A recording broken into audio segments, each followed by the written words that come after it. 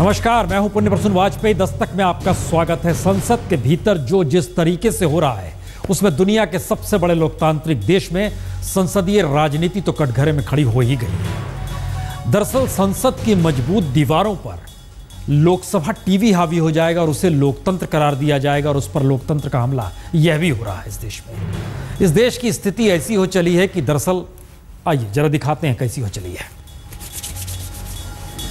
इस देश की स्थिति हो चली है जिसकी लाठी उसकी भैंस। अजीबोगरीब है, लेकिन जरा देखिए नजारा क्या था।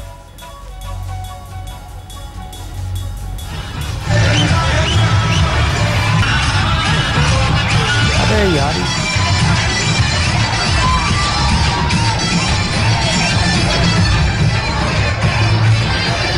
वो शुरू से नहीं है।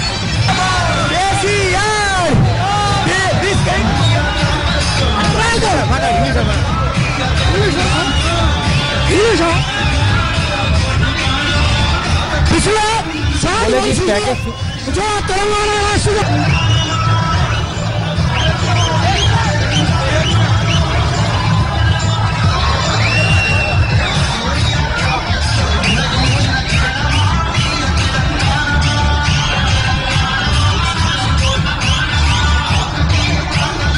के भीतर हो रहा था, जिस तरीके से हो रहा था, ये सारी चीजें नजर तो आ रही थी, क्योंकि जिस तरीके से आंध्र प्रदेश में या कहीं हैदराबाद में हंगामा था, ये सारी परिस्थितियों के बीच दो सवाल थे। क्या इस देश में लोकतंत्र अब लोकसभा प्रसारण पे आकर टिक जाएगा? आइए हम आपको एक दूसरा दृश्य दिखलाते हैं।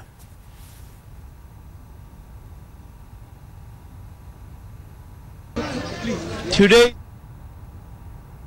of this country. Today we have seen with our own eyes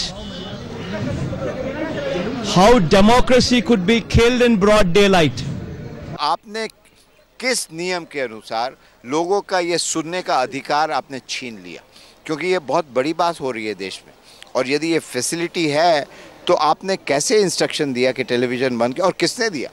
क्या इमरजेंसी के दिन वापस आ गए? सब चीजें बंद करके कोई जनता न जान पाए, आंध्रा की जनता न जान पाए, और ये बंद करके जो हमारी आवाज जाती पूरे देश में जनता के बीच, उसको भी रोका गया। ऐसा कभी देखा ही नहीं, ऐसा हाल हो गया।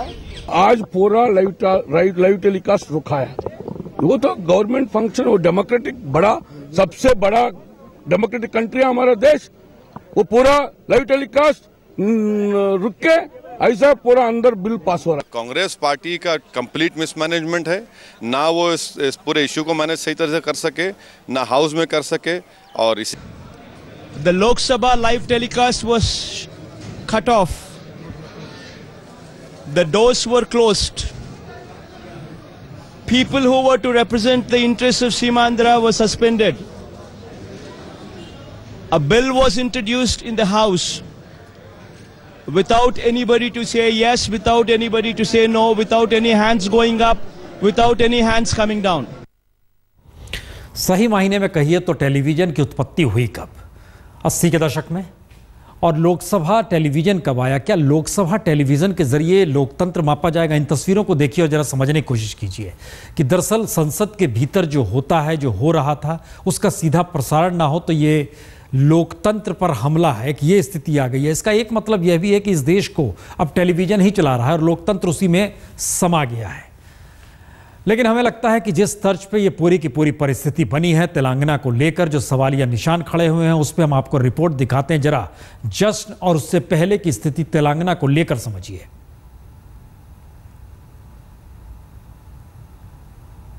आइए रिपोर्ट देखते हैं।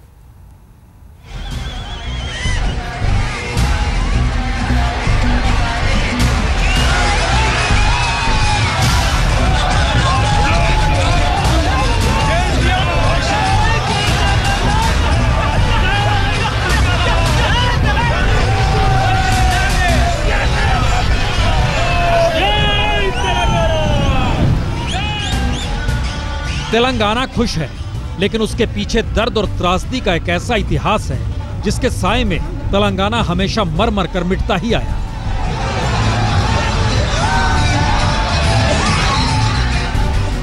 1947 में हैदराबाद के निजाम ने आजाद भारत में शामिल होने से इनकार कर दिया था। तब सरदार पटेल ने ऑपरेशन पोलो के जरिए निजाम को भारत में शामिल करने के लिए झुकाया। बकायदा सैनिक कार्रवाई हुई और इसे उस वक्त इसी तेलंगाना के लोगों ने खुली और नंगी आंखों से देखा था। संसद में तेलंगाना को लेकर हुए जोरदार हंगामे ने बहुत लोगों को आजादी के बाद हैदराबाद के निजाम की याद दिला दी होगी, क्योंकि तब निजाम अड़ गए थे अलग रहने की मांग को लेकर।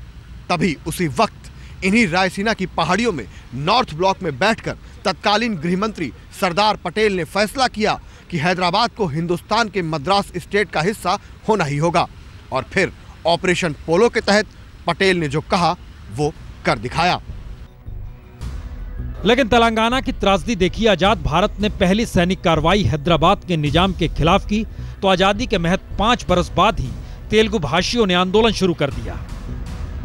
1952 में मद्रास स्टेट से तेलुगु भाषियों के लिए अलग राज्य की मांग करते हुए पोट्टी श्रीमालू नाम के एक व्यक्ति ने अपनी जान दे दी। राजनीतिक और सामाजिक कार्यकर्ता पोट्टू श्रीमालू दरअसल अनशन पे बैठे और 19 अक्टूबर 1952 को आमरण अनशन पर बैठने के बाद 15-16 दिसंबर की रात उनकी मौत हो गई। इस मौत ने इतनी ज्यादा हिंसा फैला दी कि सैकड़ों की तादाद में लोग मारे गए और केंद्र सरकार पर दबाव बढ़ गया।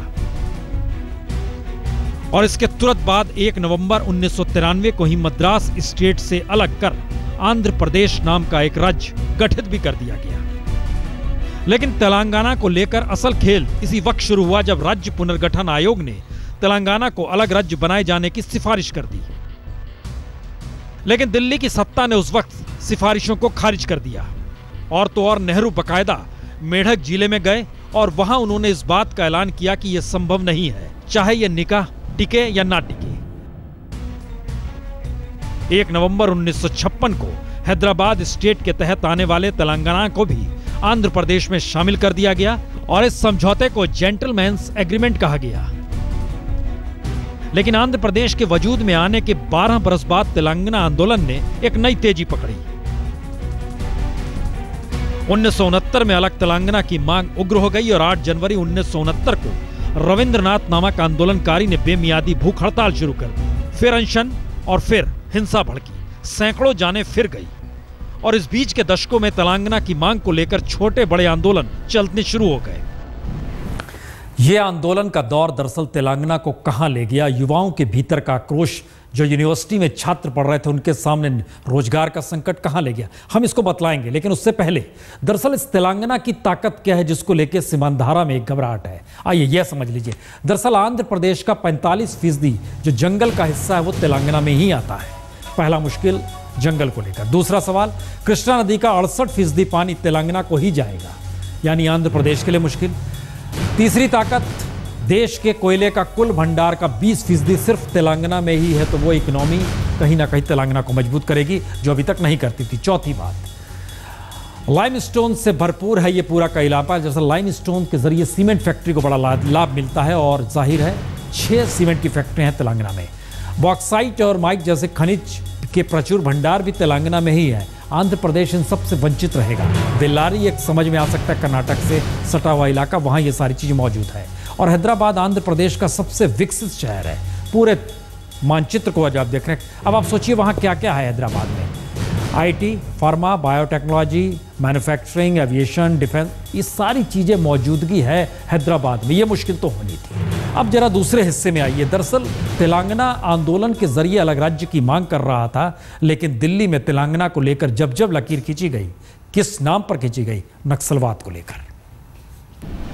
इसी दौर में लोगों के भीतर जो आक्रोश था, युवाओं में जो आक्रोश था और वहां के विश्वविद्यालय से निकले छात्रों को लेकर इस बात पर आक्रोश था कि दरअसल वो जैसा जीवन चाहते हैं वैसा उन्हें अलग राज्य बिना मिल नहीं सकता। तो ऐसे वक्त में नक्सलवाद ने दस्तक दे दी। तेलंगाना को लेकर युवाओं में असंतोष बढ़ रहा था, तो फायदा नक्सलियों ने बाखूबी उठाया, या कहें नक्सलियों की लकीर इसी आक्रोश तले कहीं मोटी होती चली गई। इसका नतीजा यह हुआ कि आंध्र प्रदेश का सबसे ज्यादा नक्सल हिंसा प्रभावित इलाका तेलंगाना ही बन गया और देश में पहचान तेलंगाना की नक्सली विचारधारा से जुड़ गई। गृह मंत्रालय के पास बीते 3 दशक में तेलंगाना का मसला जब जब आया तब तब उसने सिर्फ नक्सलवाद को लेकर लकीर खींची। ये पहली बार है अब तेलंगाना को लेकर उसने सुरक्षा दस्तों की तैनाती सिर्फ इसलिए कर दी ताकि ब्लड लिस्ट तेलंगाना बन सके और इसे केंद्र सरकार अपनी सियासी सफलता मान रही है। लेकिन 90 के दशक में तेलंगाना की मांग ने तेजी पकड़ी तो पहली बार संसदीय राजनीति भी डगमगाने लगी और मौजूदा राजनीति में जो सफलता तेलंगाना के अलग राज्य बनने के बाद से खुशी के रूप में नजर आई है, दरअसल उसके पीछे सैकड़ों जानों का जाना भी है। तो शायद इस खुशी के पीछे उस त्रासदी और दर्द को भी समझिए जिन्हें लगता है कि तेलंगाना अलग राज्य बनेगा तो उनकी जिंदगी अपनी होगी। अब सवाल यह है, क्या ये खुशी वाकई इनकी अपनी होगी या सियासत अभी बाकी है? इंतजार करना होगा। तेलंगाना का मसला उलझता है तो हर राजनीति अपने तरीके से खेल खेलती है। किसने सोचा था कि दरअसल सीमांधारा के सांसद, वह भी कांग्रेस के सांसद, यूपीए के भीतर के मंत्री चले जाएंगे लालकृष्ण आडवाणी के घर, और जब बीजेपी संसद में आएगी तो कहेगी हम तेलंगाना बिल के साथ खड़े हैं।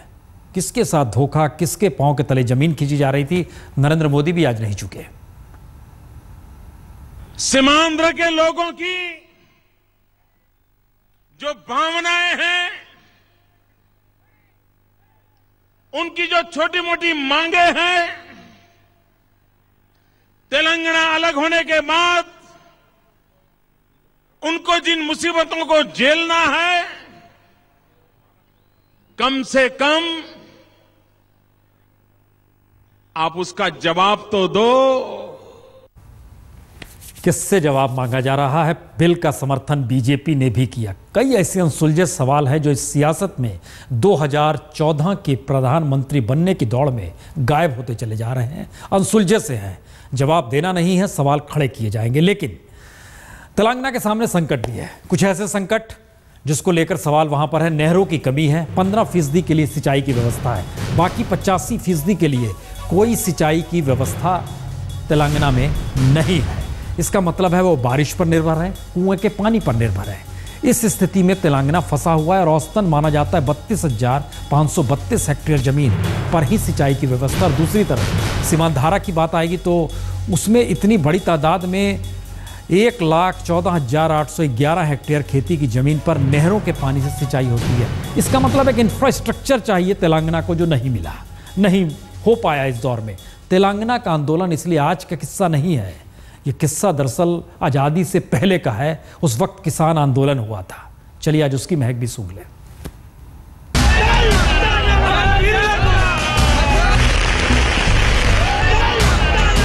तेलंगाना अब एक सच है, नियत और नासूर के बीच खड़ा हुआ एक ऐसा सच जिसके आईने में सियासत निर्वस्त्र खड़ी है। अगर ऐसा न होता तो संसद के बंद दरवाजों के भीतर उन बोलियों को बांधा न जाता जो लोकतंत्र की प्रतिनिधि आवाजें थी। ये अच्छी बात नहीं। संसदीय लोकतांत्रिक व्यवस्था में भी अगर हम अल्पमत में हैं तो भी हमारी बात सुनी जाए, लेकिन हमारी बात को भी नहीं सुना गया। हम क्यों विरोध कर रहे हैं? बोलने की गुंजाइश नहीं है और खड़े होकर के चिल्ला रहे हैं, कोई बात सुनता नहीं है। ये अजीब तरह का बंटवारा है। 29वां प्रदेश ये वो तलवार है जिसकी धार से वोट के व्यापार को बांटने की 18 फरवरी की शाम जब दिल्ली में सूरज ढल रहा था, आंध्र प्रदेश के 10 जिले अपनी सियासत का उगता हुआ सूर्य देख रहे थे। मिठाइयां बंटने लगी, पटाखे फोड़े जाने लगे और उड़ने लगा अबीर गुलाल, लाल लाल लाल लाल लाल लाल। भारतीय गणराज्य के नक्शे पर एक और लकीर खिंच गई। सपनों और संभावनाओं की खोज के एक राजनीतिक मकाम का नाम है तेलंगाना। आंध्र प्रदेश बट चुका है सियासत की तलवार से। ढेर सारी शर्तें, ढेर सारी सुविधाएं और ढेर सारी बाधाएं। अभी भी तेलंगाना सिर्फ एक नक्शे का नाम है, तस्वीर का नहीं। हमने सीमांध्रा के बारे में मैं स्पीच जब कर रहा था तो उसमें स्पेसिफिकली हमने बोला कि फाइनेंशियल विशेष पैकेज हम दे देंगे। 10 साल तक हैदराबाद दोनों सूबों की राजधानी रहेगी और इसके बाद वो तेलंगाना का हिस्सा बन जाएगा। भारतीय इतिहास में ये भी पहली बार होगा कि जिस राज्य से कटकर एक अलग राज्य बना उसके पास अपनी राजधानी तक ना बचे।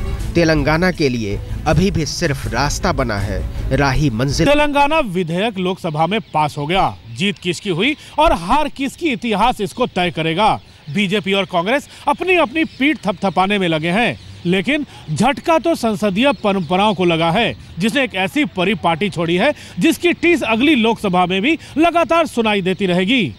तेलंगाना तो बन गया, लेकिन कम लोग जानते हैं कि इस लड़ाई की लंबाई भारत की आजादी से ज्यादा लंबी है। 1946 में पहली बार भड़की थी तेलंगाना की मांग। निजाम के राज के खिलाफ किसान की तनी हुई मुट्ठियों का नाम था तेलंगाना। ये वही तेलंगाना है, अपने अतीत की आग में जलता हुआ तेलंगाना, संघर्ष की भट्टी में सुलगता हुआ तेलंगाना। नेहरू ने 20 फरवरी 1956 को कहा था, आंध्र प्रदेश और तेलंगाना का मिलन एक ऐसा वैवाहिक गठबंधन है जिसमें तलाक का प्रावधान है।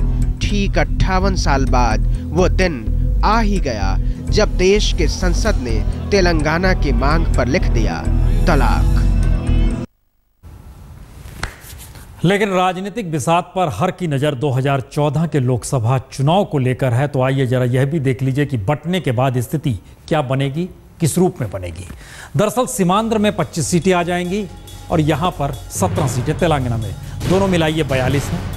कांग्रेस 20 सीट है, जाहिर है बांटा गया है तो कांग्रेस का यहाँ से सुपड़ा साफ होगा। टीडीपी की मुश्किल यह है कि अब वो खाली सीमांध्र में कैसे टिकेगी, ये बड़ा परेशानी है। कांग्रेस के पैरेलल में जगन रेड्डी टीएसआर वाईएसआर कांग्रेस बना चुके हैं, जाहिर है वो वहां पर कब्जा करेंगे। तेलंगाना यहां पर कांग्रेस के पास 13 सीटें हैं, टीडीपी यहां से गायब होगी क्योंकि वो विरोध कर रही थी। टीआरएस 2 सीट, उसकी सीटें बढ़ेंगी। इसका मतलब है कि एआईएम जो कि हैदराबाद की सीट होती है उसके पास मौजूद रहेगी। इस 15 सीट या इस 16 सीट में बंटवारा हो जाएगा कांग्रेस और टीआरएस का। ये एक लाभ की स्थिति बची रह जाएगी। नहीं बढ़ता तो जाहिर तौर पर संकेत थे कि टीआरएस और दूसरी तरफ जगन रेड्डी की वाईएसआर कांग्रेस इस बार सब कुछ समेट ले जाएगी। सियासत के इस बीच में सियासत की गोटियां कैसी खेली जा रही है, एक तस्वीर आज दिल्ली में इन सब से हट कर नजर आई। ममता बनर्जी 1 बार नहीं, 2 बार नहीं, 3 बार नहीं, 4 बार, जरा देखिए समझिए क्या। 1 2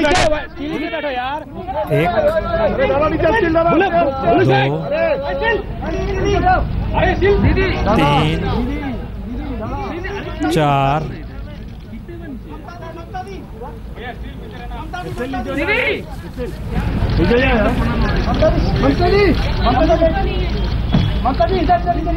मेरे स्टील यार, स्टील अन्ना,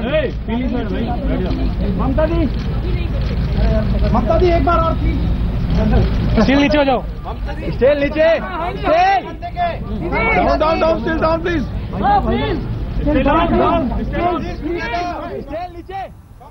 दरअसल हमारा कैमरा छुप गया, 5वीं बार भी चरण छुए अन्ना के ममता बनर्जी ने। ये सियासत है, इसके मजमून को समझिए।